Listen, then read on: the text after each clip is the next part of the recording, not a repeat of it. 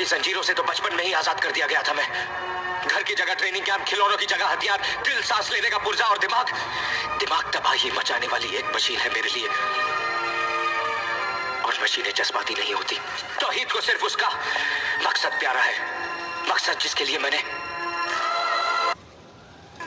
Madam madam madam चाय।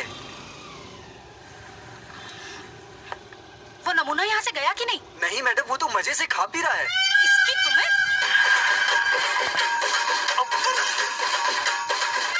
अरे तुम्हारे बाप का घर है क्या जो इतना मजे में खा रहे हो? बाप के नहीं खे, ससुर जी के। दहेज समझ के खाता नहीं, तोरा कोनो दिक्कत? भिखारी कहीं के, तुम खुद यहाँ से निकलते हो या मैं तुम्हें घसीट के बाहर निकलवाऊं? अरे केकरा से बात कर दिया रे? पति परमेश्वर से ऐसे बात करियाला? देख अभी जबान संभाल के बात करना था, कान के नीचे जवन लपड़ मारब की आंख निकल के नाचे लगी। तुम्हारी इतनी हिम्मत कि तुम मुझ पे हाथ उठाओगे? हाँ, जरूरत पड़ी तो लतियेबो करब। ई कौन बेला रे उठे के? हैं?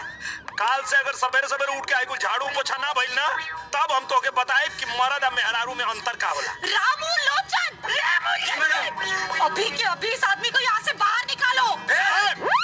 बेटा, इनकर मर्द होके के नाते अब घर के मालिक हम बनी।